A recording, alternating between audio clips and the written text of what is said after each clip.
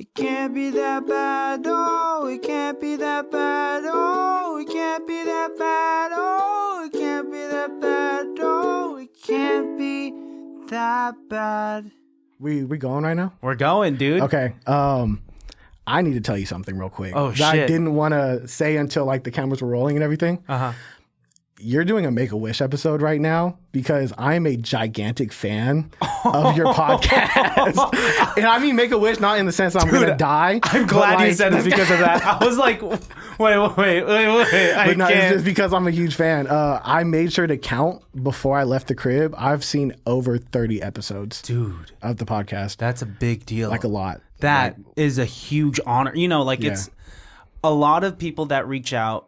I know that they fuck with the clips and whatnot, and the reels and the short form, and watch some episodes. But for you to say that you've watched 30 like episodes, like full episodes, that means the world and beyond to someone like me. Man. And you know what's funny is too is like when we were talking downstairs before we came in here, you would say certain things. I'd be like, yeah, I know. You know, but like I couldn't say it yet because I needed to wait till the cameras were on. You're like, oh yeah, I have this Full Metal Alchemist tattoo. I'm like, yeah, I'm aware. Damn, dude, that's so cool. It's like you're Nardwar, but the guest. Yeah, exactly reverse. Also, I got you a gift. No, you didn't. Stop. So, you're a Filipino man. Yeah. And you be singing. Yeah. I remember seeing on the podcast that you got into sing because like your dad would like have you do karaoke and stuff like that. So I got this t-shirt. Are you familiar with Jubo? Yeah, I'm familiar with Jubo. So they dropped a shirt. Dude, what? You got me a Jubo tee? Wait. You have to open it up right now. Because the back is very important to the karaoke stuff. What? What the fuck? Nah, come on, bro. Dude, oh, by the way, shout out to Devin, a.k.a. Infinite, a.k.a. Prod by Infinite, coming through to the podcast. Man, Yes, this means the absolute world. Shout out to you. Man. You have to see the back. That's the point, though. I'm gonna cry. I better cry. Please For the cry. content. Wow. Songs that went triple plat. Dude. On the Magic Sing. What? So, like, here's the thing. Shut the fuck up. Here's This the is thing. great. So I don't really know that much about like karaoke and stuff like that, but I know it's important to like Filipino culture. So when I saw that shirt like on their website, like of all like important songs that people do on karaoke and stuff, I'm like, this makes too much sense not to get. So I got it for you. Dude. Also, side note, I feel like you would wear a size large, but I got an XL because like if it's oversized, I feel like that's a smaller problem to have than something that's too small. No, dude, XL's been my size lately because I'm trying to show less of my side boob, and I want more. I want more room to just be able to eat and not feel like I'm wearing a crop top if I'm wearing a large. It's fate, dude. Incredible. One of the best gifts. Dude, some of my best friends don't get me gifts like this. You know me better than my best friends know me. I am your best friend now. Dude, yeah, you've definitely gone up the rank. Like my other friends have to work harder. Like these are so many of the songs that I Will Always Love You by Whitney Houston, End of the Road, Boyz II Men, Dancing Queen, Don't Stop. Wow. Yeah. Wow, dude. I'm glad you like it, bro. I appreciate you. Of course, man. Man, thank you. It's love. I'm going to give you some free shit too. I mean, like, it's nothing personalized. I'm just going to give you some podcast merch. I do have an Like, XL. hey, man, I got some Glade candles on the side if you want those too. I'm just going to give you random things. Do you want some of my fiance's tank tops and... That feels problematic. Yeah, that feels weird. Went too far. Dude, Devin, Infinite, welcome to the podcast. Thank you again for the wonderful gift. And thank you for having me. To know that a man of quality, both as a person, as an individual, and as an artist, really is a fan of my podcast makes it that much better, and makes it more worthwhile what I do. You know? Yeah. And because sometimes I just feel lost. Sometimes I feel lost and I forget that I'm doing it, and I often think like, why am I doing it? But it's because of people like you that like, you know how hard it is to put in the work, how hard it is to edit, how hard it is to make content. And not only you're not a muggle. It's not like you're just a random person. Like you're a person that is fully immersed in the music community, that knows what good music is, that knows what, you know, the jargon that I say when I talk with like rappers, artists, and singers. So like, dude, thank you so much. Yeah. And shout out to you. You're killing the game. Thank you as well, man. It's an honor, man. I'm so happy to be here. I'm really excited to be here. Dude, I'm stoked. My fucking dopamine is shooting through the roof. And, dude, it's so funny because like you text me like, oh, I'm excited for you to come. I was like, brother, you have no idea. Wow. Wow, man. Yeah, bro. I was telling you, man, like I was driving my mom to work and I was like, I'm gonna throw on the podcast and stuff like that, bro. Just stuff like that. And then I was like, wow, this guy's really good. He's good at what he does, bro. And then like I was just like, everything just kind of snowballed. You know what I mean? Yeah. I mean, it's crazy, you know, like it's some of those people that you meet on social media and it's in the back of your mind. It's just like, I want this person as a guest eventually, at least, yeah, in my mind. Wow. And I had that feeling about you. I was Thank like, you. once I kind of felt a connection that we were kind of like fucking with each other via like, you know, supporting each other's content. I was like, it's going to happen eventually. Yeah. And then you shot me a DM saying that you were listening to the podcast. I was like, perfect opportunity. Let's make it happen. Yeah, you gave me a really awkward moment around my mom, which made me feel so uncomfortable, bro. Yeah, tell me about this awkward moment. Tell the listeners about this awkward moment. Yeah, so I think it was like right when I first started to like watch your podcast. And then I was going to reach out to Danny Ali for a video idea that I had. So I'd already followed him because of like Taupe and everything. And I'm like, okay, I want to reach out to him, have him be in a video for this idea that I got. And I saw that he had an episode with you. So I was like, let me go watch this one. And I started and you guys are talking about like arts and passion and things that are cool in life and everything. And I'm like, word, this is fire. Like, I could probably play this around my mom. It's not too raunchy and shit like that. And then on everything I love, bro, I'm like 75% into the podcast and everything has been chill. My mom gets in the car and then it's like, yeah, this is like what she would flicker bean to on what was Tumblr. Tumblr, yeah, on Tumblr. And I'm like, and then my mom goes, flicker bean. And I'm like, all right, bro. When I first got with Melissa and we had the talk of just like, hey, do you watch porn? And I said, like, yeah, I watch, okay. I use the hub. Big hub. And I was just like, what do you use? And she was like, Tumblr. I'm like, what? She would show me what she would flicker bean to. All right, bruh. Okay. It was kind of a 180 moment. Yeah. And that's what happens with these podcasts, dude. Especially with the Larussell one too, bruh. Because like sometimes like when I was driving my mom to work, like I would just get tired of playing music, so I would just put on a podcast. Yeah. And in my head I'm like, okay, Larussell's like a safe bet. He ain't gonna say nothing too crazy. And then I get to your episode, he's talking about like, do you ever see yourself on camera, like in front of it, or like when I'm doing porn or some shit? I'm like, oh, come on, dude! Bro. Like y'all fucking me up, bro. And you can't blame me on that. Larussell was more of like, yeah, that's fair. He was more of the dirty scoundrel on that episode. He was the one that was just like, peck. Exactly. Great podcast, though. I will say that your podcast is very underrated, and I feel like the quality of the podcast doesn't reflect the performance yet. Yeah. You feel me? Like, I feel like this podcast should be like way, way, way bigger. Thank you, man. I mean, it's a matter of time. It's a matter of time. Yeah, I can't get caught up in like the numbers because I know that the quality is there. Yeah. And I work hard at this. I feel like it's getting the attention of the right people. Yeah, for sure. I'm just happy about it, and if like someone like you truly fucks with it, that's like that job well done. I could die tomorrow. Hell yeah, bro. Yeah, dude. Come on, brother. Shout out to you.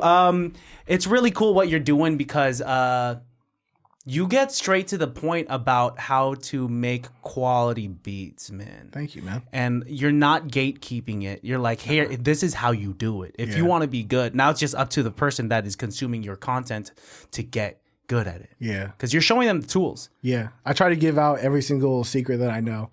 So much to the point where like if I'm kicking it with the homies and I'm making beats with them, I'll tell them straight up, I'm like, hey, bro, don't show me anything that you don't want public.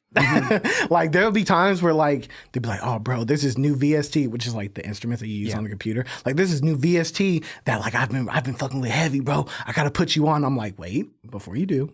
It might end up in a YouTube video. So if you're trying to keep it a secret, like keep it away from me, bro. Yeah.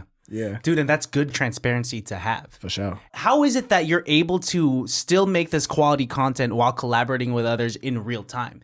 Because I peeped some of your YouTube videos. The latest one that you have in a collaborative sense is the one with Keys. And that's so cool. Thank you. It's so cool that you could be so natural and like collaborative and open and also like educational with how you go about it. How does that work? Because it's so interesting to, you have projects out there with Taupe. You have projects out there with Mike G and whatnot, with like Larussell, and when with working with other producers, how do you go about that? How do you collaborate in such a way where it's both fulfilling and also like open to see how their ideas are? I think if you just take your ego out of it, it does like a lot of the work. Yeah.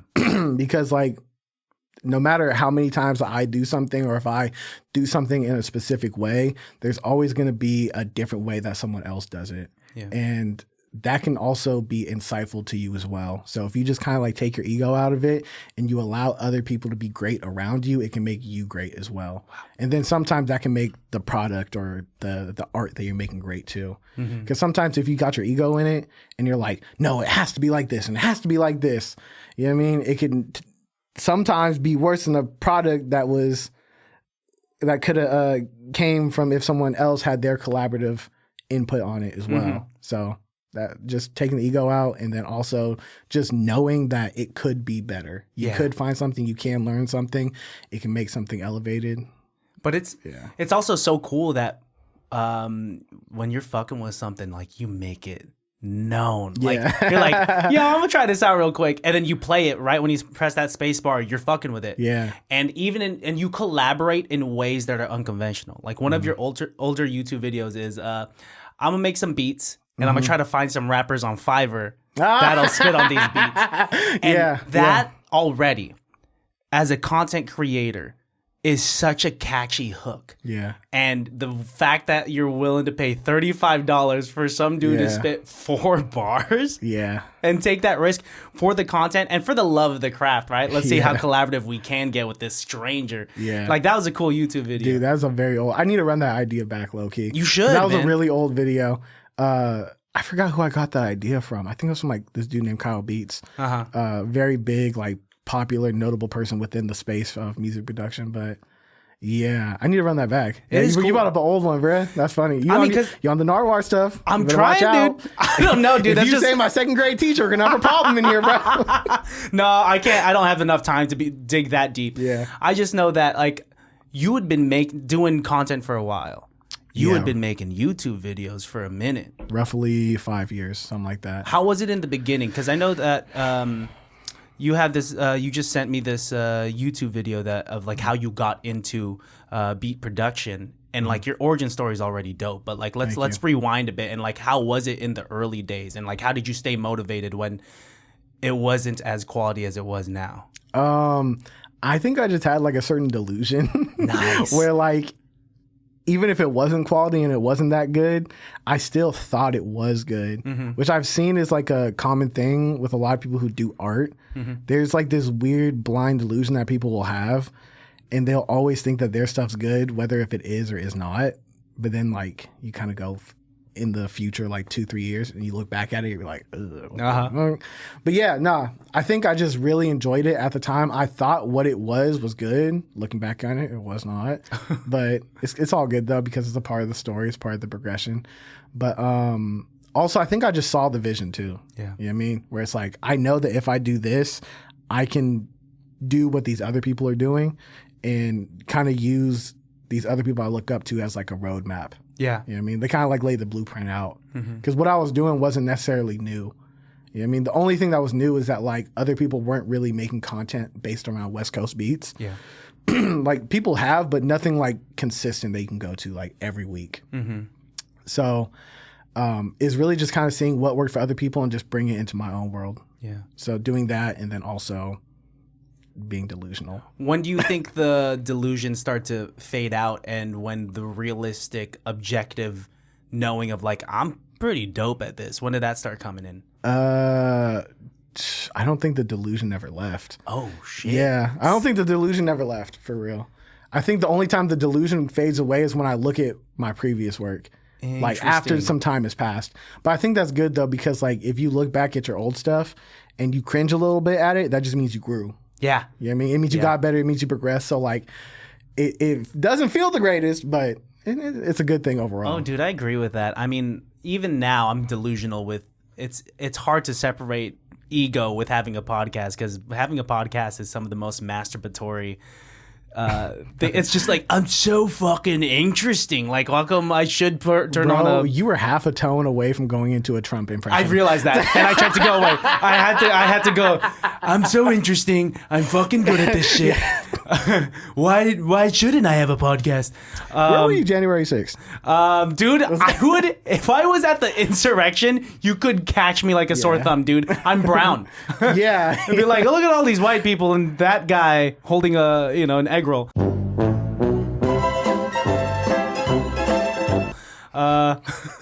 You're better than that. You're better than that joke. I'm better than that. You're right.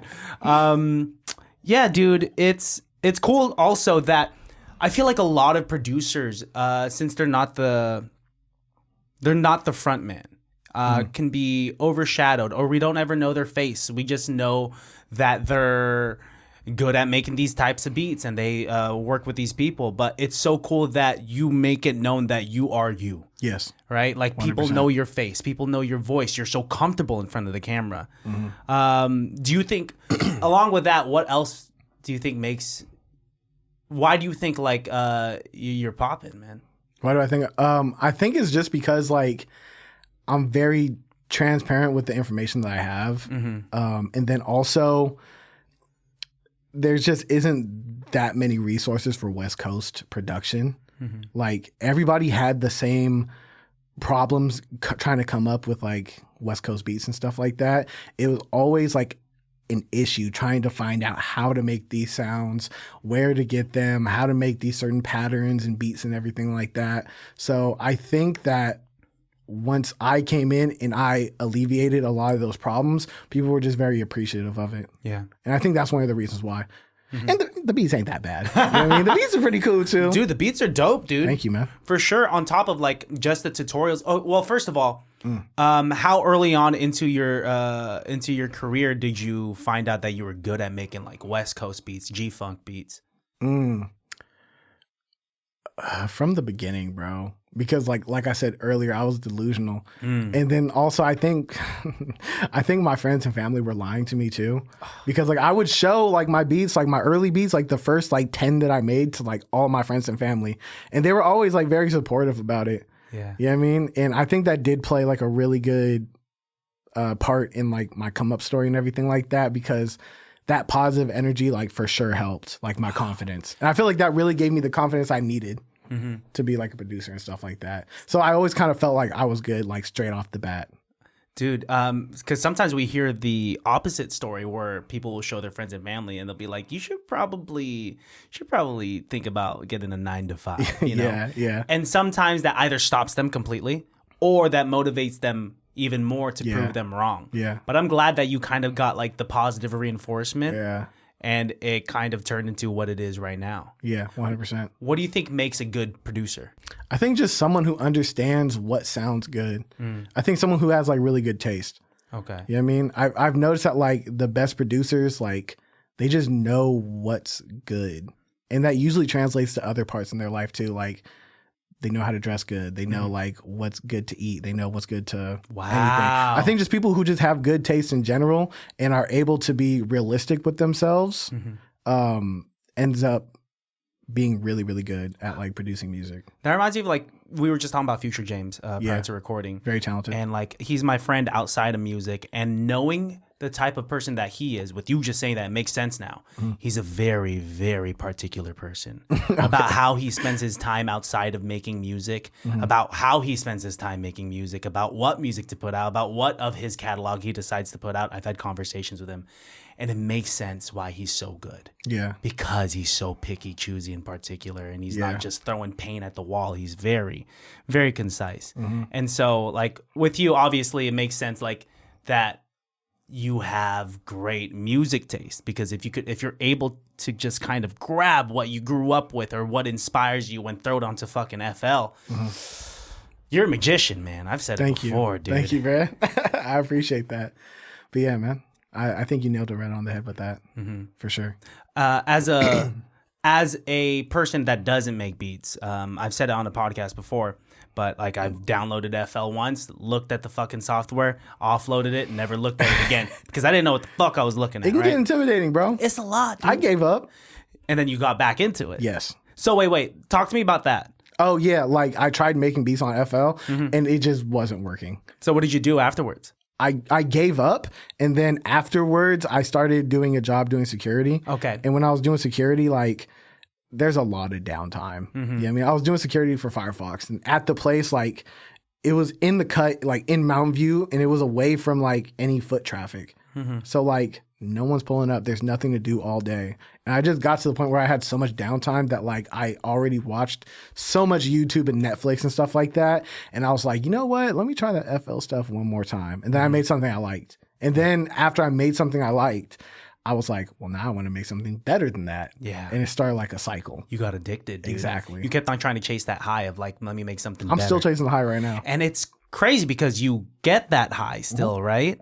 You get better and better and better. And like, does it give you the same amount of dopamine to make like a type beat for anyone to grab, as opposed to making a specific beat for someone to spit on, like Larussell or?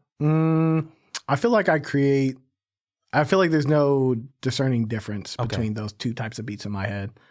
Like when I make beats, I'm just like making like cool shit. Yeah. You know what I mean? That's like the whole thing I try to base everything off of in my life. Like I just want to wake up, make cool shit, and go to sleep. And that's it. And is your process complete? Is it different than producers typical producers? Because on that episode with Keys, he said it's crazy that you start off with drums. And some other producers start off differently. They don't start off in that order. Nah, people usually start off with like melodies. Like they'll get chords down, and then they'll probably like add something to it, like melodically, and then they'll start doing drums. I don't necessarily do drums every time, but I tried it for a couple beats, and I was like, well, I kind of like this. I'm usually like a typical like chords, melody, drums, and then I'm out of here. You feel me? But I was like just trying to switch things up, and I did start with drums, and I was like, oh, I kind of like this, man. The fact that you could getting freaky with that. it. Yeah. Thank you. Dude, it's like making a sandwich with lettuce first, you know? That's great. You put the lettuce That's down. That's mad funny. Like, just imagine being in the room with someone like, hey, man, you want a sandwich? Yeah? All right, cool. Let me get the lettuce out first. And then the bread's last, you know? You get the lettuce, you know what? Yeah. You get the turkey. You're like, oh, I should get the bread afterwards, right? Yeah. Yeah, dude, I could never do what you do because that's just, you said good? I said you could. Oh. That would be crazy. No, there's too much competition out there. Stay away. I can never do what you do. Perfect. That's one less person I need to worry about, dude. That's hella funny. Yeah, dude, because it's, however, with that being said, me being someone that doesn't know how to make beats or know how to use FL, I watch your videos full through. I watch your reels full through because it's engaging. Even though I don't understand the jargon or the language or VSTs and whatnot, I think it's done in such a incredible way, and you're very articulate with it. The fact that you can make me blush over here, bro. You do this when you get flattered. Yeah. Yeah. It's and I can't imagine what it does for people that it actually applies to. Yeah. If I'm engaged to that, thank you. I mean, have there been times in the past 3 years where it's just like where you've been unmotivated? Or have you just always been hungry? I think I've always been hungry. Yeah. And I think it's because like I've been through certain things in life and I just don't want to go back to it. Like for instance, like one of the things I say all the time is like, dude, I used to be a janitor at Target. Damn. And I did that for like a cool year. And like I've literally had to clean up like human feces. And it's like, I don't want to go do that again. Oh my God. And like, dude, and like, I am really glad I did things like that. Target was such a pivotal point in my life. I worked there for almost like 5 years. Shit. And I did like a lot of like customer service too. And like, you know, like if someone goes over to customer service, they're not happy. They're never happy when they go over there. So. No one's just like, I want to do retail. Yeah. Yeah. So just dealing with all that stuff and always enduring that stuff, like I feel like it kind of like, I think kind of put that dog in me, brother. Oh, shit. You know what I mean? That's vaguely racist, but I guess. Because I got that dog in me for other reasons. Oh, man. No. No. I don't like that at all. Go ahead. I'm just kidding. We're just joking. I'm fucking with you. But you know what? Like, I felt like that just kind of like made me tougher. I feel like that just kind of like made me tougher. So like it kind of got to the point where I went to other jobs and I did like security, which is like very cushy and stuff like that. Yeah. And people will start complaining and they'll be like, "Oh man, I can't believe we gotta deal with this." I'm like, "Gotta deal with this? I was sweeping floors, brother." Like, and all that stuff just kind of like made me want to do music even more. Yeah, you know what I mean, because like now when I do music, I'm just so thankful and appreciative. And I think it also comes in with like my age too. Like I'm 29. You feel me? So I lived a little bit of life. So like I feel like I'm able to appreciate everything I have more because I've already experienced what things can be like without it. Yeah. And I think that's necessary for a lot of people, right? Yeah. You have to, and I think that's, I mean, it's part of your texture, right? Because if you were to look at someone who hasn't dealt with any trauma or knows what the lowest of lows are, then they won't be grateful for what they have now. Yeah. And they won't know how to work hard to avoid the lowest of lows in the future, right? Yeah. I think it's absolutely necessary. Every single time that like I've grown from like my worst experiences. I've grown from like working at H&M for 3-4 years, dealing with people in Walnut Creek that think that they're great buying $5 t-shirts. Yeah. Get the fuck out of here. But that taught me that you haven't let that go, have you? I don't, dude. People in Walnut Creek, I like Walnut Creek, but like if a little pretentious. Yeah, they come with the attitude that they're shopping at a Neiman Marcus, but they're walking into an H&M. Yeah. And like, lady, I'm sorry that your shirt ripped, but that's just $5. But that's the stuff that gave me texture, that makes me work hard because I know I never want to go back to that again. Yeah, 100%. Even my current 9-to-5 job, I don't like it. Yeah. But I'm going through it because it's, as Larussell says, your 9-to-5 is your first investor. Yes. But also it's motivating me to get out of there. Yeah. You know? And also to kind of like piggyback on top of that, if you're able to sit there and work for like another company and do like 8 hours and stuff like that, and then come back and do your stuff, like you can dedicate that same time to like what I'm doing now full time. Yeah. You feel me? Because like now I feel like I'm on easy mode. You feel me? Because like I would wake up and do music stuff for like 4 hours and then go do my job for 8 hours, come back home and sleep. So like if I was able to do that for however many years, it's like now that I have only time to do music, it's like makes it way easier now. So if I'm able to put time and dedicate to like a company, a corporation or something like that, I need to be able to put that same type of energy, if not more, into myself now. Yep. When I'm doing it. And that like also plays like a huge contributing role to everything too. You have time now. That's you definitely, and I think you have the work ethic for it, because there's a lot of people that want what you have, that what you can do. But, you know, I think it's important to point out that they probably haven't put in the hours that you have. Yeah, probably not. They haven't gone through the same amount of beats that you've gone through. They haven't been, you know, I feel like there's some people that want the result without the work. Yeah. And like, what advice do you have for people out there that like just try to motivate my listeners right now? The people that like, they're just like, man, I'm raw, dog, but I ain't there. Y'all just don't even know. Like, how can you? I ain't got nothing to say to him, bro. Because the thing is like, if you just want it bad enough, like you'll make it work. Get it? You feel me? Because like when I was doing, we're gonna get a little dark. When I was like trying to get into music and stuff like that, and like before anything started popping for me, it was like it's this or nothing. Yeah. You feel me? Like there's no other option in my head. So to me, like I wanted it just as much as breathing. You feel me? So like there was nothing that was more important to me than getting that done.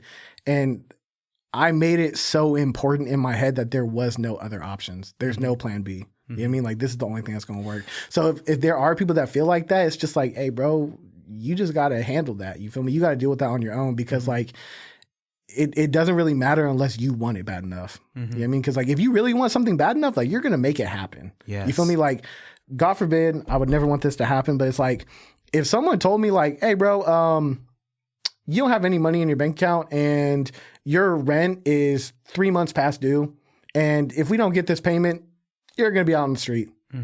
It's like, I'm going to make that happen no matter what, because I want this house that bad. Yeah. Things like that. So it's like, if you make it, maybe that's unhealthy, but if you make it that important in your head, then like there's nothing that's going to be able to stop you from it. And I just think that with other people, it's just not that important in their head. Yeah. You have to prioritize it. I think a lot of people expect for this shit. What I was trying to say was that a lot of people expect for this shit to fall into their laps. Oh yeah, for sure. Not. You know, no, you have to work. A lot of people. I mean, what's the saying? They say that opportunity is when practice meets, or am I treating? I think it's practice meets. Wait, I know what you're talking about. Right, I know exactly what you're talking about. Luck is when opportunity meets practice. Yes, there you go. That's what it was. Because I don't think luck truly exists. Yeah, maybe coincidence and whatnot, but when that moment does come for you to shine, you have to apply like what you have been working toward. At all times. I know that a big deal, to pivot a little bit back to you, what's the difference between like making a beat remotely and then sending it out, as opposed to making a beat and working with the artist in the studio? Dude, there's so much more pressure. Ooh. It's so much more pressure when like there's someone behind you, like being like, and you have to impress them. Because that's essentially what you're doing. Cause like if you're at home, you're cushy, you got the AC on, everything's cool. You know what I mean? You can create whatever condition you want, and then you can create however you want and then send it out, and it's all good, brother. But if you're like in the studio, like there's some pressure on you, and like sometimes you kind of like get greater from that pressure, or sometimes you kind of crack under that pressure. You know what I mean? Luckily, I haven't really I probably have, but I'm probably just purposely forgetting it. But I probably cracked under the pressure. You're pushing the trauma back. Yeah, exactly. my brain is purposely trying to forget it. But you know, sometimes that pressure makes you better. You know what I mean? Pressure makes diamonds. That's what they say, stuff like that. So, have you been in a lot of those moments where you've been under pressure and you've come out greater as opposed to cracked? Yeah, for sure. I always look at it as a win. So like any type of win I can get, I'm like, okay, I came out better. What's a specific moment when you, let's say any artist, if you want to name them or not, or you felt the pressure, kept cool, calm, and collected, and you were able to come out greater at the other end? Man, I haven't really made too many beats in front of artists like that. I'm mostly working remote for the most part. I think there was this one time with Ali Cocaine that was like really cool, where like I pulled up, I made the beat, and I made it like really quick. Wow. I think I made the beat in like 10 minutes or something like that. And everybody was gigging to it in the studio. And like, I was like, I did it. Okay, cool. I'm gonna go sit down now. Dude, what's that moment feel like? Okay, when you are pressure off your chest, bro. It feels like someone was like, you're like laying on the ground. Someone was literally just like sitting on your chest. And then right when everyone starts gigging, you're like, okay. Because okay, we've cool. all seen videos of that, of like these artists kind of surrounding the computer and the engineer and producer. Everyone's watching you. Yeah. And then the moment you press the space bar to let the fucking track play. Yeah. And everyone's just like, oh shit. Yeah. And like, especially like when you're creating something from scratch too with like nothing, it gets even more nerve wracking because like, when you're making something from scratch, it doesn't immediately sound good. It takes a second for it to sound good because it's like, okay, I got to build the chord first, and then I got to throw some drums on, and then I got. So there's a cool period where everyone has to sit there and be like, all right, we gonna let him cook. Dude. You know what I mean? And then you just have to get to that point where people can bounce to it as soon as possible. That probably that's solid advice. Like whatever you're trying to make, just try to make it bounceable to like as soon as possible. And then you can add all the bells and whistles and make it cool. You just need to get that foundation first so like people ain't looking at you crazy. What you're also really good at is coming in with good lead-ins. Like when you like repeat the boom to go, or I don't know how to fucking like the transition when the beat drops and stuff? Yeah, right before the beat drops. Thank you. That's so good. So that just makes me think of like you probably press play from there, and then right when that beat drops, that's when everyone around you starts to bounce, and you're just like, yeah thank God. Because like when the beat drops, that's the first impression you get, and like that drop is super important to me because like it can make or break the vibe of a song. You know what I mean? Because like, have you ever? I'm sure you've looked up tight beats before, stuff like that. Have you ever like came across one where it took like 2 minutes for the beat to drop? You'd be sitting there like, come on, bro, get to the point. If I stay there for 2 minutes. You feel me? It's like, if we're sitting here for like a minute 30, and we still just got a piano and that's it. You feel me? Wow. So like, getting straight to the point and just trying to get to that drop as soon as possible in a tasteful way is like super important. Did you have to learn that a hard way? Were there beats that you made where it just took way too long and you felt an artist either send it back, or if this artist was in the studio with you, just like say like, yo, like it's just taking way too long? Yeah, but it wasn't with the artist. I used to go on like Thizzler IG Lives a lot when I was first coming up. And then they would let you like play your beats. And I kind of noticed it from there. Cause like I would play the beat and then I was sitting there in the Instagram Live like, I just wait a second. It's gonna drop in a second. Just wait, it's gonna drop. It's so awkward, and you're like, I never want to feel that again. Like that's crazy. It's so awkward because you're just sitting there like waiting for stuff to build up, and then C-League's on the other side, just like, come on, you gotta impress me, bro. Yeah. You know what I mean? Shout out, bro. He's cool. You're waiting for him to come out with the scissors. Exactly. Yeah. You should have him on this podcast, Dude, I was thinking about like he hitting would him be up. down. He does like a lot of podcasts, and he would be a great person to be on here because he's like really good at talking. Hell yeah. He's really I've good at seen him yap before, and he seems like someone that'd be a good fit. I'll probably hit him up. But yeah, dude, I don't know what's worse. The anticipation of being and God forbid that beat is ass, because then they just waited for nothing. Oh shit. Because I told you I was delusional. So God forbid, like I made people wait like 15, 30 seconds, and then the beat drops and it's not all that great. And then you're just like, wow, I just wasted everybody's time and I was awkward. I need to go somewhere. In that instance, was it good? That happened multiple times. Where it was ass? Or where it was good? Where I made people wait. Okay. That happened multiple times. So there were times where it was good and it was worth the payoff. And there were times where it was not the greatest. And I was just like, shit. See you next week. What do you do with that energy? Are you someone that clings on to bad energy like that, or do you just kind of take it as a rep and you just move on? I try to thug it out. Wow. I try to thug it out. So even like when like those weird awkward moments happened, I was still like trying to gig to it like it was the hardest thing ever, because like if you give up on it and you don't believe in it, no one's going to believe you. You know what I mean? It's kind of like when they say like inspirational stuff, like how do you expect someone else to believe in if you don't believe in yourself? Yeah. It's like that type of mentality. Okay. So even when it was like kind of ass, I was like, I'll still get into it like it was hard, because if I give up on it, you're for sure going to give up on it. See, that's the kind of mindset that people need. You can't stop right there. No. And I got to get better at that. I'm really the type where I'll beat myself up for a while and I'll go find, I don't know, I have to find a way to like get out of that rut before I move on. If I feel like I did a bad job as a host of this podcast during an episode, I beat myself up for the rest of the day. Oh, that's Dude, tough. Especially because I know I have to edit it later. I'm just like, Christian, you're so fucking, why did you say that? Why did you say that? You're so dumb. You're so fucking stupid. Oh, bro, that, you know what? I didn't even think about that. Because like you have to relive it twice. Podcasting's hard. And it takes a long time to edit it, I'm sure. Oh, dude. I've never edited a podcast like that, but I'm sure it would take a long time. And then you have to sit in that weird like energy that you don't like. Because at least with your content, if you don't like something that you said, it's just you in the room. Oh, yeah, delete it. Delete Get it it. up out of here, bro. With this, I'm cool. I deleted hella videos, bro. I can only edit this podcast so much without it being like, oh, that was a weird cut. Like he cut out a huge. I can't. I usually just leave most of my shit in. Yeah. And then you can't even dish the video because someone came here and they dedicated their time. Exactly. And then you can't like be there like, hey, thanks for coming up here for nothing. Yeah, dude. I don't want to do that. Oh, that's tough. Almost That's tough. every video comes out unless something horribly tragic happens. But yeah, dude. I have to get good at having that mindset of just getting out of the rut of that. I'm not perfect, dude. Yeah. I'm also way more critical of myself than others are. You know what?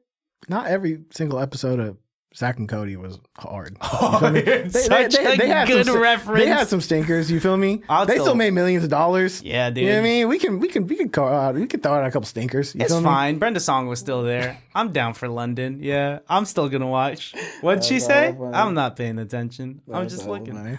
Yeah, dude. It's really cool. You're truly a magician, and it's one thing that I wish I could do. Was just make something out of nothing type of thing. And oh yeah, you're right. This podcast is a version of that. But okay, in your sense for sure, dude. I mean, it's what's another thing that I watched was I'm not letting you downplay nothing. I know. I'm not gonna let that happen, bro. You're so healthy for me. Nah, I'll take it. No, yeah, you should just be my therapist. I told you I'm trying to be your best friend now. Dude, my best friends you shouldn't have let me into your home. Now you're staying in the guest room. Yeah, man. Not only can you make West Coast beats, Yes, and G-Funk beats, but you do other, you recently just came out with like a Summer Walker 90s type R&B beat. And that, so impressive. Thank you. And the amount of detail that you go into, like even with the kicks, you're saying like these kicks, it's not good enough. I have to layer these kicks to make it sound like this kick. Yeah. And I'm like, what? This is what producers think of? Yeah. I do not have the patience. Yeah.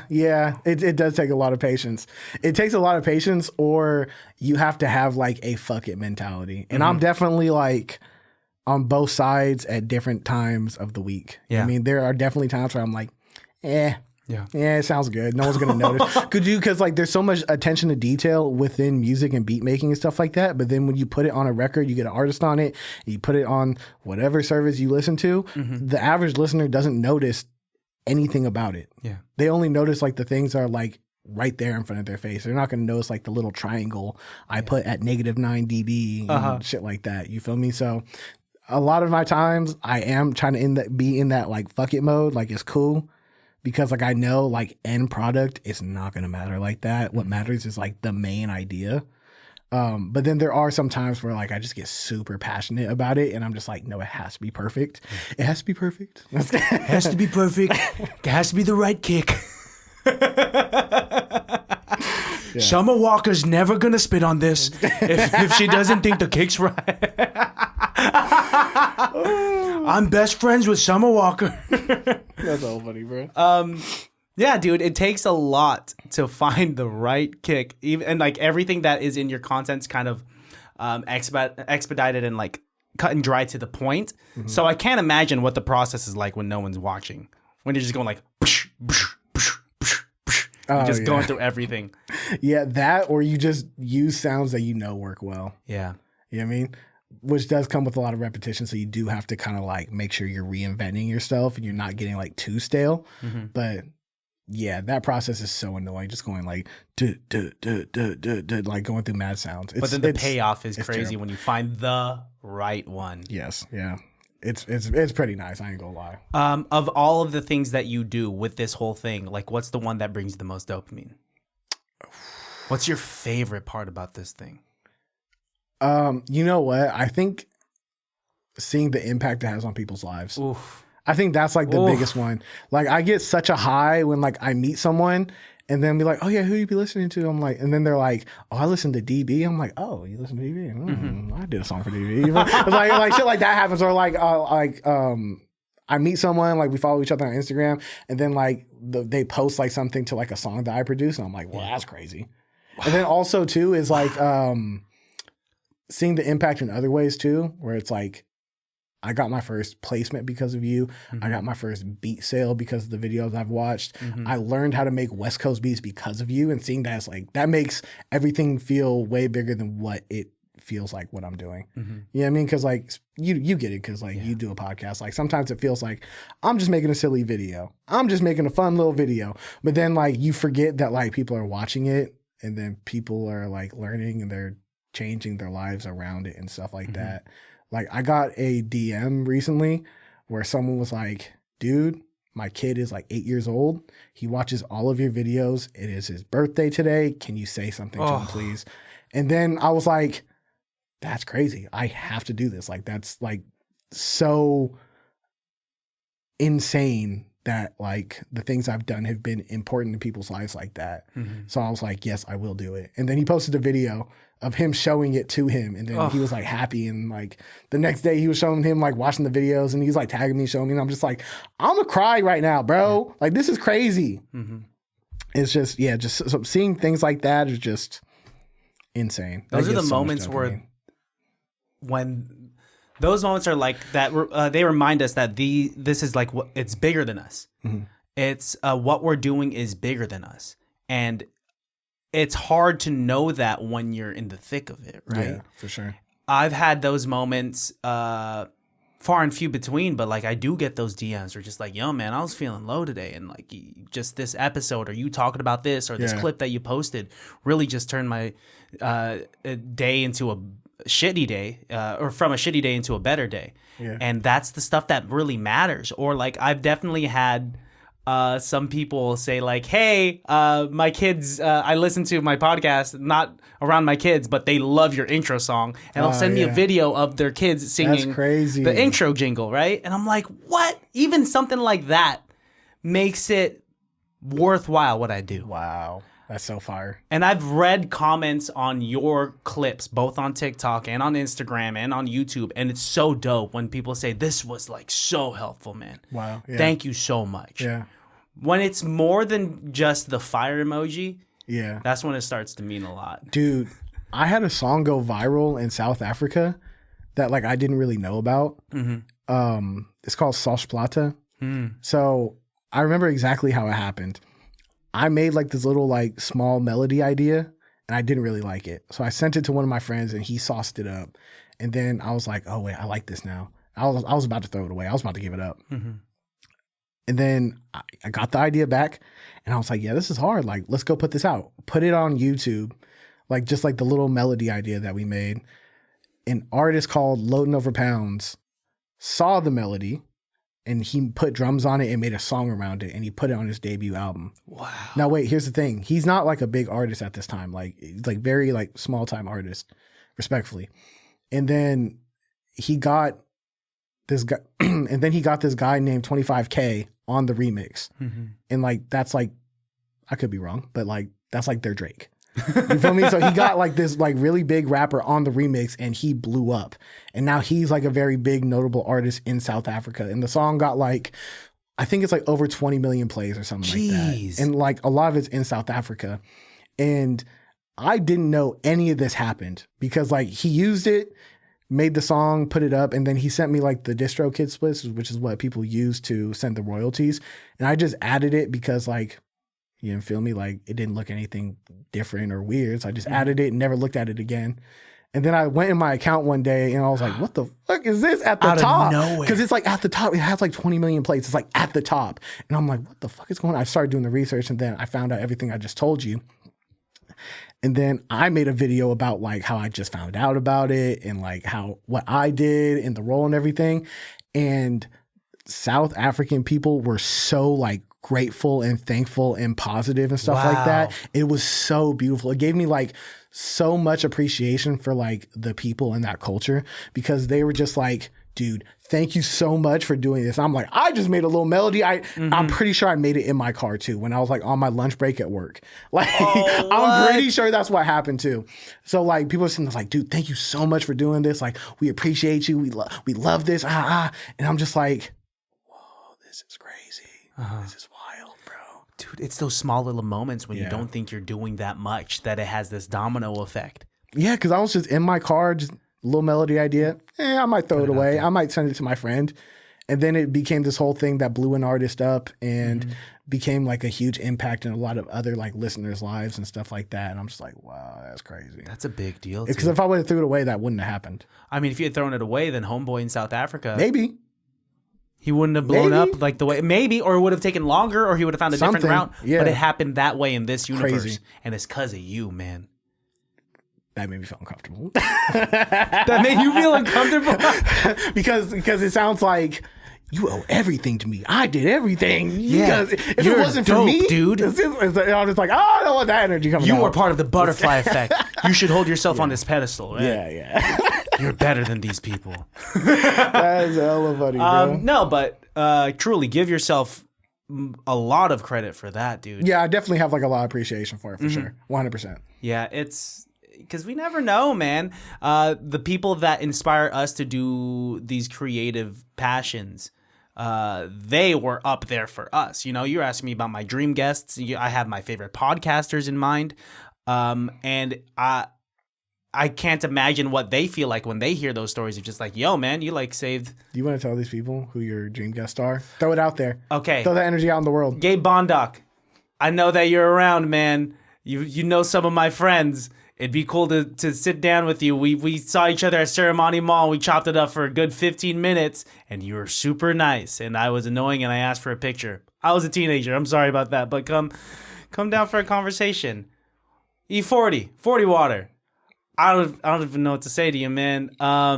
Damn, would be a true honor if you sat down. Mom, it's really hard to get you to do the podcast again because you're embarrassed from the first time we did it 3 years ago. Please? Yeah, that's all I got for right now. You're welcome for the clip. Oh, you got that clip mindset. Come on, bro. I never had that clip mindset. I'm usually just like, I'm going to just talk. It's hard. And I'll find clips later on. It's hard because you have to think of so many things at one time that it's so easy for some to like slip. You feel me? It's hard to think about like the audio, the leveling, the quality of everything, making sure you're a good host, asking good questions, making sure I'm performing well and stuff like that. And then also trying to make sure things are said in a certain way where it's easier to clip up. Yeah. It's too many things at one time. I feel so seen right now, dude. You understand me, dude. Yeah, thank you. Yeah, one content creator to another, you feel me? Yeah, you speak my language. You know the jargon, dude. Yeah. I feel like me growing up as this like people-pleasing kid, or would love to have friends over at my house when I was growing up, and thinking of like, are they comfortable? Do they have enough snacks? Are they thirsty? And all that stuff has just made me a better, I guess that's why they call it a host, right? For a podcast.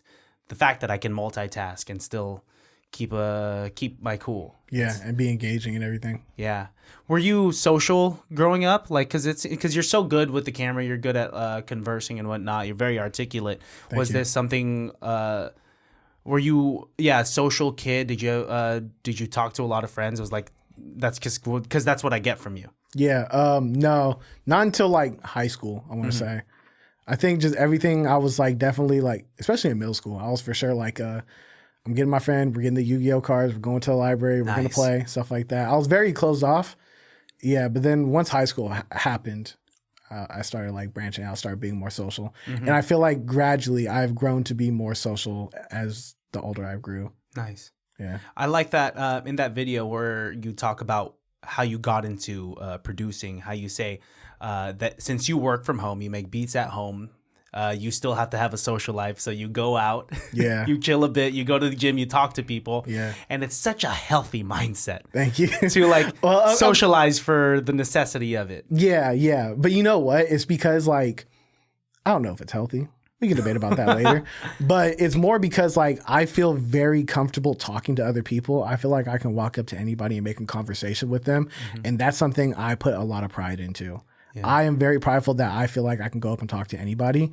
So I want to make sure I don't lose that. And that's what drives I need to be social every now and again. Yeah. Because like if I lose it, I'm just like, I'm losing something that I love about myself. You're super approachable. Like right from the minute, even before I met you, I think it's pretty obvious through social media that you're a pretty easygoing guy that's easy to talk to. And it's confirmed right when I saw you, because there's some people that I have on this podcast where like I'm a little intimidated. I don't know. Oh, say their name. Yeah, dude, it's gonna be. Yeah, mom. Yeah, mom. I can't understand your accent. Yeah, you didn't hug me enough. There was a lack of physical touch when I was a kid. Don't like that sentence. Oh my god! Hey, wait, hey! I remember when I had that exact same feeling right now, and then also when I think it was like the Future James episode, because you were like, okay, baddies of all ages, and I was like, ooh, don't like that. Ooh, don't like that, man. Don't like that. Baddies of all ages, ladies and gentlemen, welcome to another episode of ICBTB podcast, also known as It Can't Be That Bad, because I don't know, sometimes my filter. It sucks. My social filter sucks, or I have like a really bad placement of sayings. Like I know that I can talk, I know that I can yap, but because I said that because it's easy to make an introduction like, ladies, gentlemen, children of all ages. Yes. But baddies of all ages is just baddie doesn't really fit that sentence. So I got to work on that, dude. That shit was hilarious, bro. I was laughing so fucking hard. Talk to me with your upbringing. So like, what was the music that you were first introduced to? Like, what were your parents playing around you? Dude, like a lot of old school stuff. Nice. My mom did the typical like, we're playing R&B and we're cleaning out the house. And then my brother, I was very, very blessed with like my older brother. Yeah. He had a large collection of like old school hip hop. So like I want to say I really started getting into music around like 2005 when I was in like elementary school. And around that era, he had like a lot of Kanye West, Jay-Z, Talib Kweli, like a lot of like very hip hop-esque people. You feel me?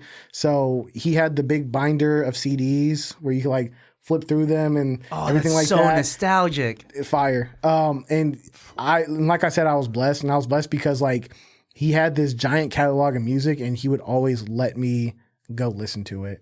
He never gave me a hard time about it. He was just like, hey, as long as you bring it back and you don't mess it up, be my guest. You know what I mean? So I think him and my mom played like a huge part in like what my music taste is today. Wow. Yeah. And in that day and age when it's CDs, when it's something tangible and physical, there's something that gives you kind of that stronger connection with that music. Because I know that some of my favorite music to this date is a lot of Kanye's old albums because my homies had their CDs, or because it was something that you had to download on your iPod. So there was like work to be done with that. I connect with that because my brother plays a huge part in my music taste as well. Not only did I grow up with like a lot of hip hop and R&B, but like I grew up with a lot of like angsty kid music, man. Like some like punk what? emo rock, Dashboard Confessional, Yellow Card, My Chemical Romance. Shit that I probably couldn't get anywhere else if I was just kicking it with a lot of people in the Bay. I had that phase in middle school. What were we listening to? I listened to My Chemical Romance. Oh no! What was it called? Bullet for My Valentine? Is that's something? Yeah, right? that's something. I think that's a group. That's a group band. I listened to Slipknot a lot too. Wow. When I was in like 8th grade, I specifically had like a phase. How did you dress when you were listening to that? Not much different. Oh, okay. Not much different. Gotcha. I was wondering if you had like a side bang, studded leather jacket. No. I was still like very normal appearance wise, but I had a phase where I did that. Side note, I listened to like a lot of Eminem back then too. Yeah. I listened to it again not that long ago. I don't like it. What is it? Let's talk about that. I think it was because like quick. I was young and angsty and I'm like, this is fun and cool, like the Eminem show and stuff like that. And listening back to it now, I'm like, I kind of feel embarrassed that I liked it because like it's just, I don't know, it feels so immature now. But I feel like, should we feel embarrassed because everyone was listening to Eminem, and even rappers were listening to Eminem back in the day? I think it was around the time he came out with like Relapse. Whenever he started doing shit with Rihanna, they were like, "Oh, this is kind of not feeling like rap anymore." I think it's just because like we outgrew it. Yeah, I feel like just some things are just like cool for a certain time period of your life, and then when you're outside that time period, it just doesn't sit well with you or resonate with you or anything like that. So you're like I'm really into anime. I love like anime like ever since I was like young, but like now that I'm 29, like anything that's like really perverted and just over sexualized, I don't like it. It's a little tough. Yeah, it's a little tough, yeah, dude. and I've turned off like a lot of episodes and shows just because like it's just too much for me now and it just feels weird. And I noticed that like a lot of my favorite animes that I've seen over the past year, see content. Yeah, exactly. You know exactly. I've noticed that like a lot of my favorite animes I've seen over the past year were all like non-sexual. Like there was no sexual shit in it at all. Yeah. Or if there was, it was like the most minimal Very stuff. minimal. Very minimal. Dude, I can't. Very minimal. Very minimal. Chainsaw Man has a lot of tits, so I don't watch that one kind of makes sense. I feel like they did it in a way where it made sense. It did, because like the whole plot sense. of the story is like, hey, he's like a horny teenager and he's just trying to get a nut. You feel me? And I resonate with that. Yeah. You know what I mean? Because I was a horny teenager trying to get a nut. You feel me? So like I get that part. Yeah, they did. It's for the plot, man. I get that, but then there's others that where it's just like you didn't need to do that. Oh, it's just the whole story still makes sense without that. So why the fuck did you throw that in? It's hella weird. Straight up, yeah. Full Metal Alchemist. I mean, actually, that's very, very minimal. But there was one episode. Character. One character gave you some dreams? Dude, Winry, man. That's why I'm into blondes. Yeah, there was just one episode where she was just in a bathtub, and I was just like, this has nothing to do. There's a whole political war going on. Why is it showing her in a bathtub? But yeah, anyway, there are some things that, yeah, understandably so, we outgrow. Eminem, I guess it'd be odd for me to like roll down my windows and slap clean out my closet. Yeah. I feel like cleaning out my closet still slaps. You think so? I mean, I do think it slaps still, but do you think it's like okay to slap around? Oh no, that's weird. I said, I'm sorry, mama. Like that guy hates his mom. His mom that issues. is really funny. Where like if you're playing it like really loud in your speakers, like yo, he's going through some shit right now, bro. But like that shit went kind of hard, man. I think that one is still like chill, but I'm talking about like the ones where he's just saying fucking. I couldn't even give you an example. Hi, kids. Do you like violence? Do you want to see me stick 9-inch nails into each one of my eyelids? I thought that was a bar. That is. Unfortunately, that is still kind of a bar, especially with like the rhyme scheme too. I think that's still a bar, but I don't know. I feel like he said like a lot of things that just felt like really immature. That like if I hear it now, like I'm just like, come on, bro. Probably not as prolific or profound as like I don't know. Especially in this day and age where we got like our J. Cole's and like Kendricks, and which is why what's an example of a timeless album? College Dropout. College Dropout, yeah, for sure. Timeless. Yeah. What else do you think is like something that you could listen to when you're 60? Good Kid, Mad City. Easily. That one. I'm a huge Kendrick fan. So To Pimp a Butterfly too would be great. So good. Deep Cut, Blue in Exile. Have you heard of that? Mm-mm. Below the Heavens. No. It's a really good album. It's a really, really good album. It's like on some like old school boom bap stuff. I think it came out in like 2005-ish or something like that. Really, really good album. It just has like just good vibes and everything like that. It still tackles like tough topics and stuff like that, but I mean like overall when you hear it, it's just like this is a great listen. Being a producer and you listen to music, new music, let's say, is the first thing now that you hear the production as opposed to the lyricism, and the lyric like on first, and it's just naturally so because that's what you do. Yeah. So you know what? I think I always never really paid attention to lyrics like that. I think I always gravitated towards like melodies and like cadences and stuff like that. And I feel like lyrics was always something that wasn't that important to me. Yeah.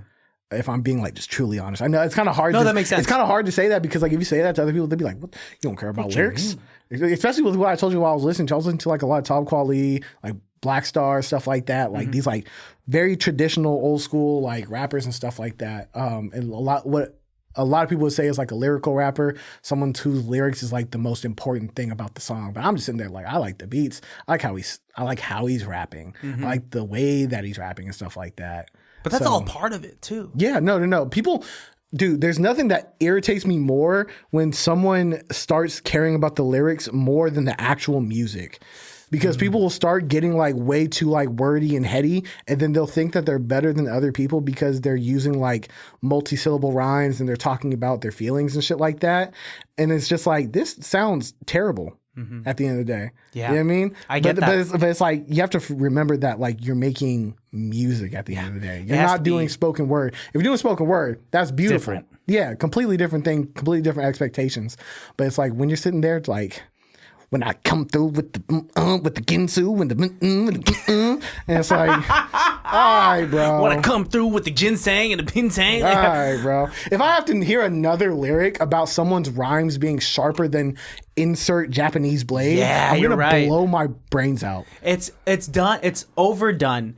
And you're right. It's music. It has to be the entire thing all at once. It's a factor. Lyricism is definitely a heavy factor, but it's not as important alone as it is as the entire thing. Yeah, people just forget that they're trying to make music sometimes. They get too caught up in the words, but you have to remember that's only one component of the whole thing that's going on. Absolutely. Me as a singer, it's easy for me to kind of omit the lyrics that I'm listening to. I'll listen to the melody. I'll listen to the placement of the voice. I'll listen to the singer, like all of the components of the singer, and then everything else comes afterwards. And sometimes lyrics are the last part, sadly. You know what? That's funny because like it's hard for me to omit bad beats. You know what I mean? Like there's songs I've heard. I can't name any off the top of my head, but there has been times where like I heard a song and I'm like, this guy is rapping right now. And then I can't just get over like how I don't necessarily like the beat. Wow. And it doesn't even necessarily, the beat has to be bad, but it's just like something I don't necessarily vibe with. Yeah. And I'm just like, I can't keep on going with this. So it's funny to see like the producer can't omit the beat and then like the singer can't omit like the actual singing and stuff like that. Yeah, dude, it's important, man. Like I could, once again, I feel seen. And that's just how our brains work. What we're familiar with, what we know, what we look for immediately is influenced by what we know, right? 100%. With I don't know, it'd be cool if you heard a song that had a trash beat and a dope rapper. If you could just remove when you can, you could just get the stem for the rapper and then just put it on a beat that you made yourself and be like, now it's fire. You know what's funny? I did that recently. Quick clarification. The song was not trash. The beat was not trash. Everything was great, but I just heard it in a different light. So I just like took the lyrics off and I just made a different beat around it. Loverboy bass. Oh, yeah, dude, you did that I want to play quick. that for you. I have it on my phone. Hell yeah, play it for me afterwards. Would love it. I heard the song and like with how the song is set up, I think like the hi-hats come in first. And then you hear like the kick or the claps and stuff like that afterwards. But with the tempo, it's at a West Coast BPM, but it's produced twice as slow, so it could be R&B. Because West Coast is kind of fast. You feel me? It's kind of like dum, dum, dum. But then if you slow it down at that same BPM, it's like dum, dum, like something along the lines of that. Yeah. So when it came in, I thought it was finna be West Coast, but then it ended up being like this really cool R&B joint. Yeah. And I was like, let me see what's up with this real quick. And I took it and then like I made like a West Coast beat around it and I sent it to him and he fucked with it heavy. And I was like, we need to drop this. Oh, like, dude, something that's a needs to big happen. deal And it happened because of your podcast. I found out about him because of you. So one of those moments again, dude, where I don't know the brevity of what I'm doing until something happens because of it. when that song blows up after we drop it, I'm gonna kick you off some bread, bro. Oh, you don't have to do bro. that. You could just shout me out and that's it. Don't say that. I don't Don't deserve say that. no. I give people one. Are you sure? And then after that, I'm like, okay, cool. Okay, so, fine. So, I'll take it. yeah. So Depends how much it is. it's like, hey, Christian, here's 10K because the song blew up. And you're like, oh, you don't have to do that. Are you sure? Yeah, man, you're good. All right, cool. 3 months later, you're on a yacht. Gucci everything. 10 women. Funny, I gave you one, are you sure? And you said no. And I'm just like, I'm homeless. All right, record. Dude, that's a big deal because Loverboy Bass is a very particular guy too, dude. Yeah, he's fire. He's really good. He makes me so mad. Makes me so mad. It made sense if he was that good and ugly. You know what? You know what's so funny? Because when I saw that episode, you were talking about how you're like envious of his abs, and he was sitting there like, "Oh, it's not. The abs aren't even a big deal like that." Only people with abs say that. Only people with abs. I was like, "Yo, shut the fuck up." I was like, "Man, only people with abs say like, oh, it's not that big of a deal." I'm pretty sure he came out the womb like that. Yeah. Yeah, you know, usually when the doctor delivers and they say it's a boy, the doctor delivered and said it's a man. It's They took him out the room. Is that a V shape at the end of your abs? That's crazy. All right. Whoa, those are cum gutters, guys. Sorry to say that. God damn it. We were talking about a baby in a hypothetical. Yeah, in a hypothetical. God damn it, dude. I should really work on my filter. Yeah, man. No, it's so dope to hear stories like that of you, someone as good as you, as quality as you, hearing these other quality artists, and it's a form of just collaborating. Wow. Like, I hope one day you get to work with like Tyler Lauren, and I want to hear whatever that magical thing would be. Yeah, I became a fan of her because of the podcast, for real. Dude, thank you. I just saw the episode because, like, after I saw the Danielle Lee one, I was like, "Oh, I like this guy. You know what I mean? This Christian guy is pretty cool." So I'm like, let me check out the other episodes and anything like that. Then I think another one that was like somewhat recent was Tyler Lauren. Yeah, I think I low key recognized it because the Filipino clip that you posted. Yeah, that went like lightweight viral and shit like that. So I was like, oh yeah, that looks familiar. Let me go check that one out. And then the episode was hella funny. And then I was like, all right, let me go check out the music. I was like, this shit is slap. Oh, dude, she's a funny one because in that episode, we don't even talk about her music until the very end. She just wants to talk her shit. I'm like, we can talk about whatever you want. Oh my, bro, I have to say this on camera.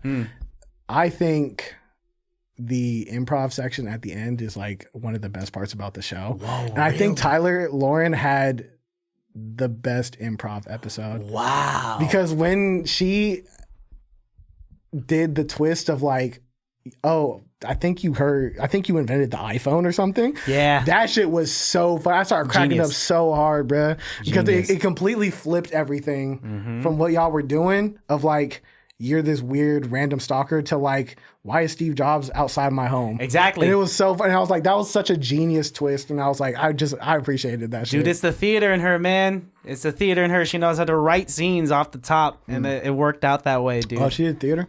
Yeah, that's like her whole thing is that like one of her songs, Nerve, which is like the heartbreak song. I was just like, who hurt you? And she was just like, no one hurt me. I was just put my mindset into like me writing a scene and creating a scene in theater. I'm like, crazy. Damn, you wrote a song like that? Yeah. People could just do that, man. Wow, that's insane. Talk to me about like some of the like what it felt like with some of these big artists that you got to work with. Obviously, like you got to work with Larussell, and you also got to work with Thuy, and you got to you made shit for BigXthaplug, you know? Talk to me about those moments. So the thing about it is that like I'm not really necessarily meeting these artists. I'm not really in the studio with them. A lot of my placements have happened because like I made something cool and then I tossed it out to somebody else. Yeah. And then they kind of like do whatever they want with it. So I think it's just really cool that I can just be in my home in the comfort, eating Hawaiian barbecue, wearing pajamas, and I can just make something real quick and then send it off and then something happens from it that's like really cool. Yeah. That's actually almost exactly what happened with like the BigXthaplug thing, which is like I probably got like the biggest accomplishments off of that song because like the album went gold. It charted #1 on independent Billboard. There was mad like promotion and stuff like that. A whole bunch of like reaction videos. Like a lot of cool things happened, and it only happened because there's a guy named Chef, and he hit me up one day. He's like, "Hey man, I'm going to a BigXthaplug session. Like, do you want to send something through?" What? Which I still don't understand why he did that because I'm like the West Coast guy. And BigXthaplug is like down south, like trap. So I'm like, I still don't know why he hit me up, but I'm glad he did. But yeah. So I was just like, yeah, like let me go peep it real quick. I listened to some of his music, got a vibe, and then like I made like a little thing, sent it off to him.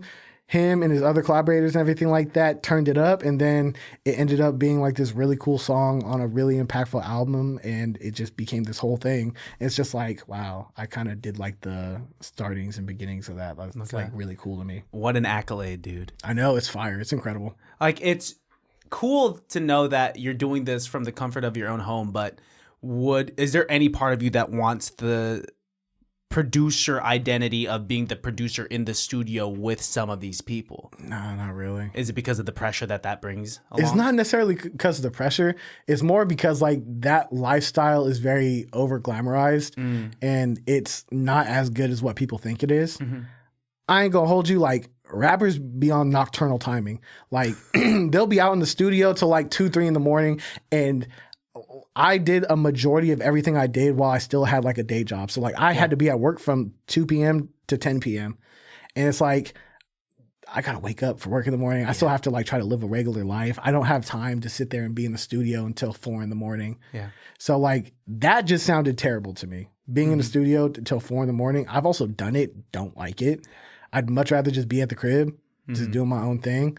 But from what I've noticed from talking to a lot of like producers and stuff like that, I got it pretty good. Yeah. Because this situation that I'm about to say right now has happened so many times where it's like, oh, what's up, man? Kind of go back and forth. I'm talking about what I'm doing. They're talking about what they're doing. And then they go like, man, bro, I'm trying to do what you're doing, man.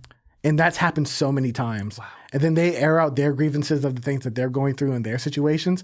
And I'm just like, whoa, maybe the grass isn't greener on the other side, bro. Like maybe what I got going on is pretty cool.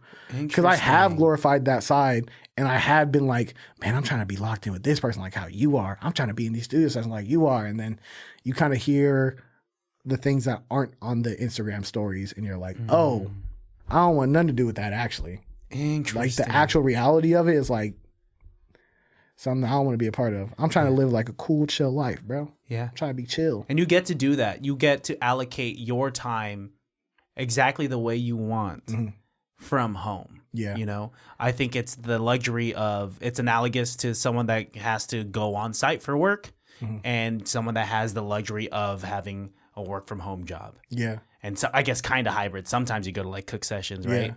But it's at my own leisure. You feel me? I only go like when I want to go. It's not, I'm not like obligated to go in there. Yeah. And like, that's one of the reasons why I do what I do too, is because like, I feel like how I have my whole situation set up, it's the true independence of a producer. You know what I mean? Because I don't have to wake up and be at a session. I don't have to answer any calls from people. I don't have to have any obligations, be anywhere and stuff like that. It's just like I wake up, I do what I need to do. I do whatever I want to do. And I don't have to worry about like a rapper and stuff like that. Dude, you're your own boss, dude. Thank you. Yes. You are your own boss. You don't have to show up to events if that you don't want to. Once again, upon your own leisure. Because I know a lot of people have to go to these things. They have to be up until 4 a.m. Some people want that. Some people do want that lifestyle. They want to be surrounded by the blunt smoke until dude. 5 in the morning. I get it. I can totally understand why someone would like that lifestyle. It looks really cool. But it's just like, that's just not me, though. Yeah. You know what I mean? What me is what I'm doing right now. And I could see that it could be exhausting. I don't think I'd want to be in the studio that late, kind of high from secondhand smoke and like under the pressure of having to like cook up in front of the artists and whatnot. Yeah. So you got it pretty damn good, and you're doing it with quality, and it's really showing, dude. Like you've really built this community of both producers and non-producers watching your videos, and it's fun, it's entertaining, and you found out your formula, and I'm so happy that we're connected in this way, and like it makes me proud to just be like, yeah, you could fucking do it. Thank you. If you work hard enough and if you're good at it, yes, you could fucking kill the game. Wow, thank you, man. That's so far. Accomplishments that you want. Oh, wait, before we get into that, I just also want to shout out like your plaque. You've spoken about like how in the past like you've had family be like, you should probably think about a backup. Oh yeah. But now like you had this video that you put out that you were talking about. Oh no, you put a story out and you were talking about how your mom says, hey Devin, you should go grab that plaque and show everyone. And that's such a cool feeling. Yeah, no, it definitely is. I'm very grateful that it's like that. You feel me? Because I've also heard stories where like the parent is very against you doing music.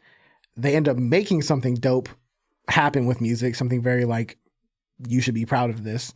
And then the parents are still like, yeah, you're still not a doctor though. And I've seen that happen. Yeah. So I'm just very grateful and thankful that it went, hey, maybe you shouldn't do this music thing. I do something cool with it. And then it's like, wow, you did something cool. Hey, show up, do that little dance you be doing. Yeah. You flip the script. Yeah. You truly flip the script, because no matter what I do, my parents still don't understand what a podcast is. They think it's an internet show. My mom calls it a blog. Okay. And I don't. Bless her heart. Bless her heart. Bless her heart. She doesn't understand it. But I want it to make sense one of these days where my parents are kind of like, hey, go show your podcast to your aunt right now. Like show them that you interviewed so-and-so. And like yeah. Slow steps. But once again, it's inspiring for creatives such as myself and those listening to this podcast and watching it, dude. Thank you, bro. What do you want to accomplish in the future? What's the fucking goal? I know it's kind of like a cliche question, but I'm genuinely curious. Dude, I'm really happy with what I'm doing right now.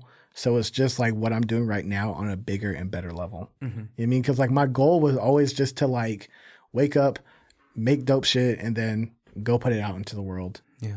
And then like I'm doing that right now. So I just want it bigger and better.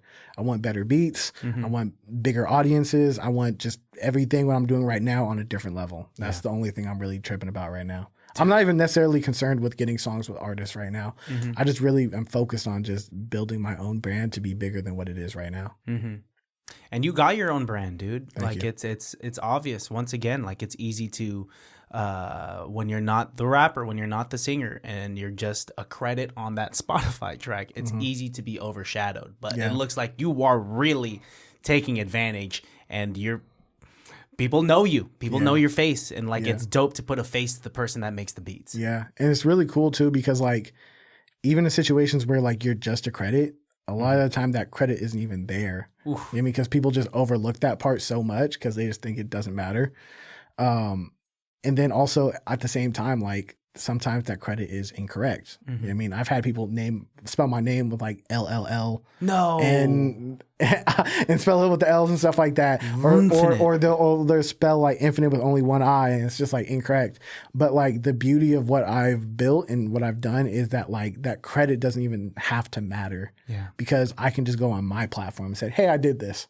Wow. And then now my whole ecosphere, you feel me, knows that I did it. And that's like way more important to me than someone just scrolling through credits. Dude, and you built that shit brick by brick. Thank you, I did. That's all you, did. dude, brick by brick. I've never really had videos blow up like that. Like if you look at like the Instagram, it'll say like, oh, this guy is posted like over 600 times. Mm-hmm. If you look on YouTube, I think it's like over 500 uploads. Like it's really like a brick by brick situation. Yeah. That's why I like Larussell a lot. Because I feel like we kind of have that parallel where it's like we didn't have one thing that necessarily blew us up into the atmosphere. We might have had like good big moments and everything like that, but we really had to build everything like brick by brick, one by one, and then just see where you're at after a year of doing everything solid for a day. It looks like big progression, like out of nowhere progression to some people that are new to your page and whatnot, and some people that don't understand the work. But if they're to really dig, they can see that with the consistency, it was a slow upscale progression. Yeah. And that's all we want. Yeah. And eventually you get to the top if you just keep going for as long as you can and with good quality, dude. 100%. Once again, you can't just let this shit fall into your laps. Some people just want that one video to pop off, and it can't be like that. Dude. Yeah. Let's see. Another question I got before we get into the improv scene is like, what about the industry do you think can change for the better now that you've been like kind of immersed in it as a producer? Some type of regulation, you feel me? Because like it's so easy to steal work. It's so easy to not credit people. It's so easy to do all these things that kind of hurt you as a producer. So if there was something to kind of regulate that, or I don't know, because the thing is with art is that like once you do start bringing in regulations, things get weird. You know what I mean? So it's like, it's easy to say like, we need something to step in here and make everything right.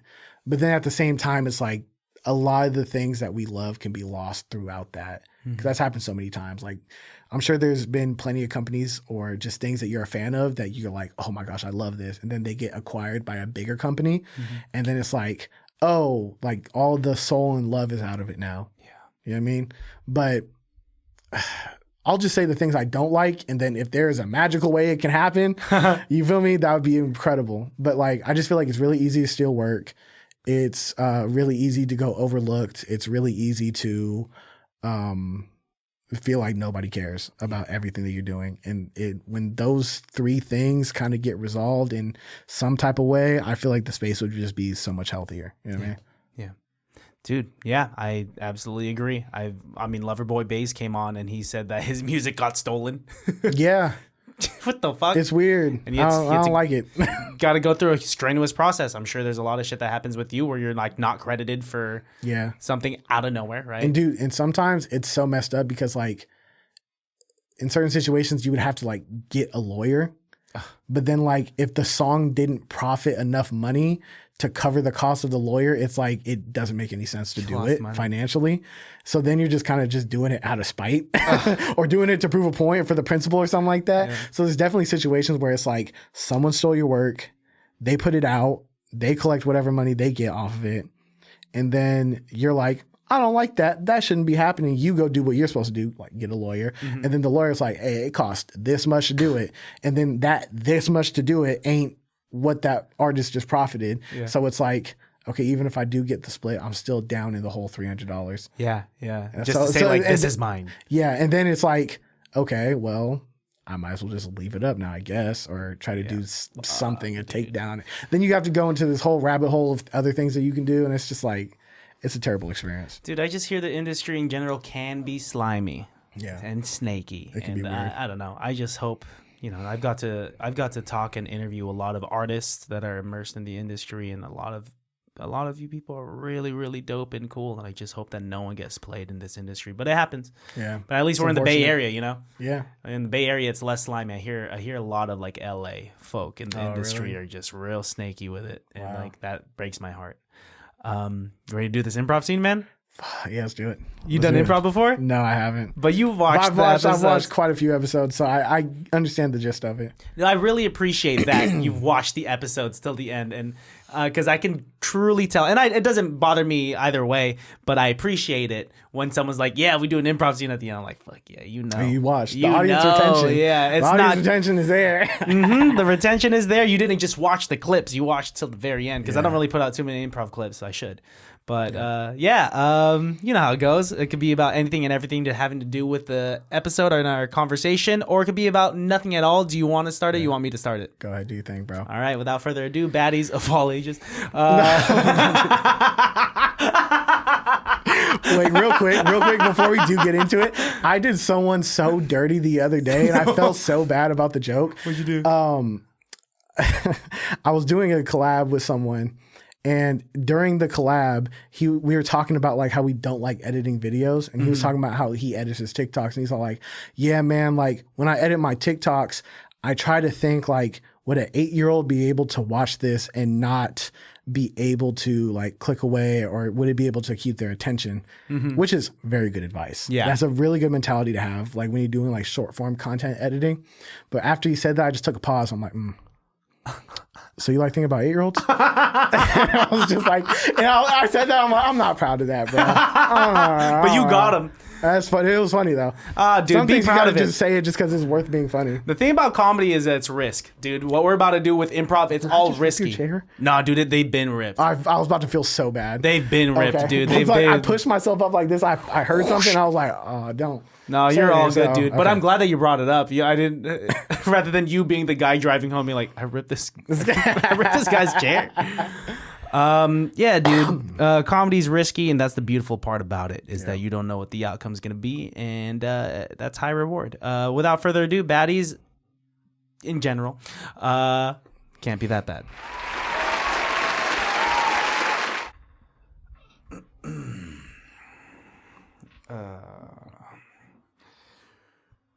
All right, okay. Obviously, you're fucking killing it. Obviously, you're fucking. I like your numbers, kid. I have asthma. Can you put that out, please? Oh, okay, that's not fun. I like your style. Oh, thank you. I appreciate Even that. though I'm the exec here at Spotify. You still like to challenge me. No one here challenges me. I'm bored. Bored. Everyone just says yes. Everyone just says yes. I like your beats, kid. I want you to make beats specifically for me. Oh, you make music. Yeah. What kind of music do you make? Usually it's a whole lot of angsty punk rock type stuff. Oh. To be honest, I haven't really made music. I make music with my friends from high school every now and then, but I like your West Coast beats. Oh, okay. And the G-Funk beats. Can you tell me, I'm not really familiar with what G-Funk is. And Still smoking, I see. sorry. Oh, that's interesting. Just eat it. You have a strong stomach. I do. Oh. In this industry where it's really snaky and slimy, you have to have a strong stomach. So, all right, back to it. What do you think you could do for me? Well, I make pretty good beats. You know what I mean? Like I said, I do specialize in G-Funk beats. Very bouncy, very have a good time, good fun. Kind of the opposite of angsty. Okay. Are you sure that's something that you want to get into? No, I'm down to like explore a little bit. Okay. Do you like going to like functions or parties or barbecues or What's anything a like function? That? A function? Do you know who Mr. E40 is? Mr. E40. Yes. Oh, the guy that does Tell Me When to Go. Okay. So there's a little culture here. Little bit. Oh, you know a couple things. Don't let my suit and tie and my non-melanated skin fool you. Oh, okay. How old are you, by the way? I'm 67. 67. Okay. 67, and we're starting a G-Funk career. That's really interesting. Yeah. We're still smoking. Okay, cool. Do you have a problem? I do have... Are you addicted to something? I'm addicted to success is what I'm addicted to. Okay, addicted to success. I would have thought it was nicotine, but that's really interesting. Okay, cool. It's just a mindset. But yeah, we can just do like some cool G-Funk West Coast vibes, like the 105 BPM, kind of fast, and just like grooving. Can you tell me your experience in like the West Coast? Like, what do you really know about the culture? What's your I favorite love things about it? Bodega Bay, Dillon Beach. I love Sea Ranch. I like to go to my vacation homes with my wife. When my mistress isn't around, I take my wife there. And I just... What's a mistress? A mistress is a woman that you have an affair with when you get bored of your wife because you're so successful and you get bored. Oh. Yeah. You don't feel bad about that? I feel bad if I'm not being successful. And if I find success in being with multiple women... I feel really bad playing this character. Then it's okay. Does that show you that I have some West Coast culture? I'm dumping them out for you. Thank you very much. You know what? I appreciate how considerate you are. You're a very considerate person. Kind of the opposite of what I expect from a CEO. You know what I mean? Maybe you're not like the rest. Cut to a studio session with Iiinfinite and Mr. Spotify. Mr. Spotify. So, what did you think about that beat, man? Run it back. Run it back. Mr. Spotify spitting on the beat. Yeah, I like chocolate. I like sweets. Yeah, let me suck on your mama's teeth. What are you, a Tweety bird? Tweet. Yeah, going real hard with my mistress. Yeah, saving her because she's in distress. Let me put the shit out on distro. Back in the 70s, I did coke and disco. Yeah. How was that? Was that off the top? That was off the top. Off the top. Okay. Maybe we can consider writing something down. Do you have like a pen and pad? I think people your age usually keep those around with you.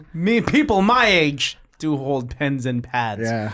All right. I'll write something down. Okay. So how about we just try to envision an area, a time. Let's try to put ourselves somewhere where we're not right now. You tell me. Okay. Like I said, we are going to do like a G-Funk beat. A lot of it has to do with like good vibes. What's the G stand for in G-Funk? Gyno. So we're at the gynecologist.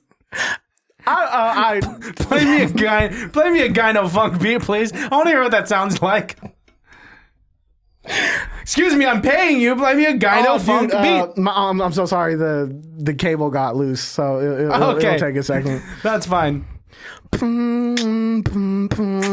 right, wrote something down. Yeah. All right, Mr. Spotify. Yeah. I'm at the gyno. Hornier than a rhino. Yeah, I'm in China. Looking for vagina. Okay. I feel like we're not staying on topic enough. I think we need more things about gyno. I said gyno and vagina. I don't understand that has everything. Something more than just that. You know, how about we just scrap this and we go back to like a barbecue vibe? Let's just think about like good vibes. Oh yes, cargo shorts, yes, socks and my loafers, and my wife telling me to get more deviled eggs from the kitchen. Yeah, I got it. So like when we're at this barbecue, man, like what do you see? What do you feel? Like, what's the vibe that you get when I say something like that? I'm smoking a cigar with my friends that only make 250,000 plus because I don't hang out with anyone under that. My son's around there. I just scolded him because he How much are you paying me again? I'm paying you 6 figures for one track. Or for one project. We're good. We're good. Okay, We're good. So yeah, just like barbecue vibes. I feel like that's like the perfect thing to encapsulate that. So, when you're out and you're with these people, what makes you feel like really happy? Looking at my crypto wallet and seeing it go up, and looking at Robinhood and knowing that the large pharmaceutical companies I have stock in is going up. Let's rap about crypto. Let's rap about crypto. All right, sounds good. I know I've been playing different beats for you this whole time. Yeah. I'm gonna play another different beat for you. Okay, play. They're all kind of similar. Okay, it's fine. I like to have a streamlined EP. Yeah, Mr. Spotify. Yeah. Yeah, crypto coin. I am your boy. I got a lot of whole joy. I got a lot of money in Ethereum. I like to go here in the crib and we go dumb. Yeah, and I got bit. Yeah, that's Bitcoin, you piece of shit. Yeah, and I got me some ADA. Yeah, Rada. That one I have to work on. I have to work on a little bit. That's the one I like the most. Thank you. That's the one you like the most. The Gyno one. Gotcha. Okay, you know want me to run the Gyno one back? I think we're great. I think we're in a good spot right now. Okay, sounds good. We're at a good point. So here's the thing. Here is the thing about what you were just rapping about, all of this Bitcoin and crypto and everything like that. Do you have a coin yourself? I do. Okay, what is it called? It's called Spot Coin. Spot Coin. Coin. What's the benefits of this crypto? The benefits is that for every dollar goes goes back to my wallet. Okay, that's perfect, because the next thing I was going to bring up to you is like, what do you feel about like pumping this coin and doing a rug pull with it? A what? A rug pull. Are you familiar with rugs? Yeah, I'm familiar with rugs. What happens when you're standing on it and you pull it? The person falls. Exactly. Oh, okay. Yes. So we're going to make these people fall into depression and debt. I'm familiar with these words. With this but with this happening, you're going to make a lot of money with this, bro. I'm fine with that. I'm successful because of everyone else's failures. Okay. What type? Oh yeah, you're the Spotify CEO. That kind of hurt to hear. Shit. Oh man. Oh shit. I forgot. So when we release this coin, we're gonna promise that with the possession of this coin, any artist that's on Spotify gets double the rate for their payouts on music. But what's really gonna happen is nothing. Yeah. But the thing is, they think it's gonna happen. They're gonna put money into it, and then right before it hits like the peak, we're going to pull the money out and then go kick it, bro. You know a lot about this, man. Hey, man, Spotify wasn't paying enough, bro. Had to find other ways. All right, I'm down for it. How about you should be my financial advisor? I don't think I'm qualified for that, but I'm 100% down. How much are you paying me? Do you like yachts? I don't think I could financially be stable enough to afford one, but I would love to see one. Well, catch these keys. Whoa, that's crazy. I didn't know yachts have keys. End scene. Dude, perfect. Thank you for playing along with my very corrupt no chads made at Spotify. I've heard stories and hearsays that they don't pay enough sometimes for their streams, but you know, I don't know the guy. Something like that. Dude, Devin, thank you so much, man. Thank you, man. Thank you for having me. We fucking did it. We made it happen. I'm so happy. Thank you for supporting. You forever have me in your corner. Thank you. Not that you need help from me at all for any of your future endeavors, because you got it on lock. But whatever I could do to help promote the brand, promote your beats and whatnot, dude, just hit me up. Thank you, man. I appreciate that. Thank you for the shirt. It's truly one of the nicest things that anyone has done for me, especially like the specificity of it. The karaoke from, the Magic Sing top 100 songs on it. Great. It's a beautiful thing. Before we get out of here, you know the deal. Look into the barrel of the camera. Let my listeners know, let the baddies know what they have to look forward to, where they could find you and all that stuff. Are these baddies all ages? And these baddies are 21 and up. Perfect. Okay, cool. So the advice that I like to give can go one of two ways. It could either definitely make you, or it could kind of, I don't want to say break you, but maybe break you. You feel me? No one's going to save you. If you want something, you have to be the person to make it happen. You have to take all the control in your life. And I can understand how that can be kind of counterintuitive to how someone would feel from hearing that. But personally, when I heard that in my head and I thought about that stuff, I felt so empowered. And when I felt empowered, I got way more confidence of what I would do, because it made me feel like I'm the person who's going to be able to make the changes in the life that I want. So no one's going to save you. You got to make things happen on your own. If you want something to change, you got to go do it. That's beautiful, man. Thank you, sir. Appreciate it. Thank you, sir. All right. Till next time, dude. You take it easy. Baddies. Love you, man. Love all of you guys. I mean, till next time. You guys know where to find the podcast. You guys know where to find me, because you're already here. Peace, love, and bye. Peace.